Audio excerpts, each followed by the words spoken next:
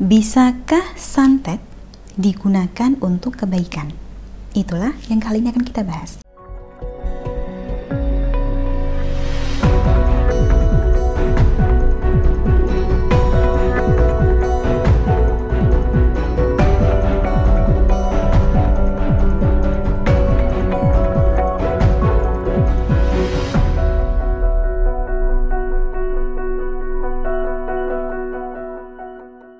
Sebelumnya saya ucapkan dulu salam rahayu, kembali lagi dengan saya Dewi Sundari. Secara umum, kita semua tahu apa itu santet. Santet adalah suatu bentuk serangan ilmu hitam yang menggunakan benda mati sebagai perantara. Paku misalnya, atau pecahan kaca, atau kawat besi. Tapi mengapa ilmu santet ini ada? Bukankah suatu ilmu itu seharusnya bermanfaat? Semua ilmu itu memang bermanfaat selama diterapkan dan digunakan dengan benar, termasuk ilmu spiritual. Santet pun pada awalnya tidak lantas digunakan untuk menyakiti, karena istilah santet ini sendiri merupakan singkatan dari mesisan kantet, yang artinya adalah jika rekat, maka rekatkah sekalian. Sekaligus juga merupakan singkatan dari mesisan pentet, yang artinya jika memang pecah, maka pecahlah sekalian. Jadi tujuannya jelas.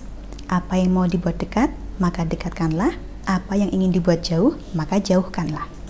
Contoh hal yang mau didekatkan ini apa? Kalau bagi petani ya hujan. Kalau bagi nelayan ya ikan.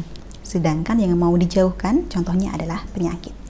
Jadi zaman dulu, santet itu meliputi macam-macam lelaku dan piranti yang bertujuan untuk menangkap ikan, memanggil hujan, ataupun menyembuhkan orang. Barulah kemudian praktek santet ini bergeser pelan-pelan seiring bergulirnya zaman karena terlalu sering disalahgunakan. Saat ini sendiri, santet lebih banyak diminati sebagai suatu proses dematerialisasi yang ditujukan untuk menyakiti. Jadi katakanlah ada benda tajam, paku misalnya. Wujud padat paku ini diuraikan menjadi energi. Ketika berwujud energi, dikirimkanlah kepada seseorang secara magis, secara metafisik, tidak kasat mata. Dan sesampainya di tempat tujuan, kiriman energi tersebut mewujud lagi, kembali ke bentuk aslinya sebagai sebatang paku. Maka jadilah serangan santet seperti yang kita kenal. Sudah jauh berbeda dibandingkan apa yang dulunya diajarkan. Sekarang tidak lagi digunakan untuk memanggil atau memindahkan sesuatu yang tadinya jauh agar mendekat.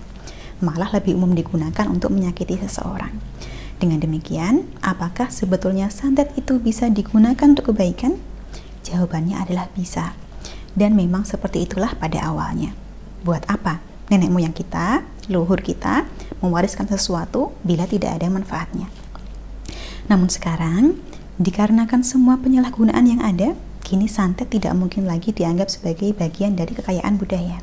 Istilah santet terlanjur berkonotasi buruk, bahkan biasa digunakan untuk menyebut segala macam serangan ilmu hitam, termasuk yang perantaranya bukan benda mati. Jadi, pelajaran apa yang bisa kita petik dari hal ini? Dari hal ini, kita bisa belajar bahwasannya warisan leluhur kita itu luar biasa banyak dan sekaligus bijak. Dan dari semua pengetahuan yang diwariskan, ya kita harus bisa memilih dan memilah. Mana yang patut diterapkan, mana yang patut kita jadikan pelajaran, dan bagaimana menerapkannya dengan tepat. Tidak perlu takut pada santet, karena bila santet itu bisa dibuat, ya pasti bisa diruat. Diruat itu maksudnya bisa dilepaskan atau dibersihkan. Dan salah satu cara paling mudah untuk melepaskannya adalah dengan menggunakan garam pengeruat. Mengapa pakai garam? Karena garam itu berasal dari air dan dapat dengan mudah kembali ke wujud air, sehingga mampu melarutkan berbagai kiriman tak kasat mata yang tadinya diuraikan menjadi energi.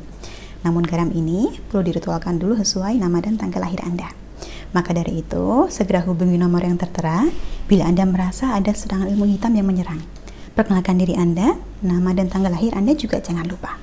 Setelah diritualkan secara khusus, garam pengeruat akan dikirim ke alamat Anda. Bila sudah diterima, cukup Anda campurkan ke dalam air saja. Kemudian airnya ini gunakan untuk mandi. Semoga serangan ilmu hitam apapun bisa luntur dan tidak sampai melukai. Karena sebaik apapun kita jadi orang, memang kadang tetap saja ada orang yang kurang suka. Dan mereka yang kurang suka cenderung tega melakukan segala cara. Sehingga sudah sewajarnya kita waspada. Sampai di sini, kurang lebihnya demikianlah yang dapat saya sampaikan, baik seputar santet maupun cara menghilangkannya. Semoga Tuhan memberikan pelindungannya untuk Anda dimanapun berada. Terima kasih banyak untuk Anda yang telah menyaksikan. Sampai jumpa di kesempatan selanjutnya dan salam Rahayu.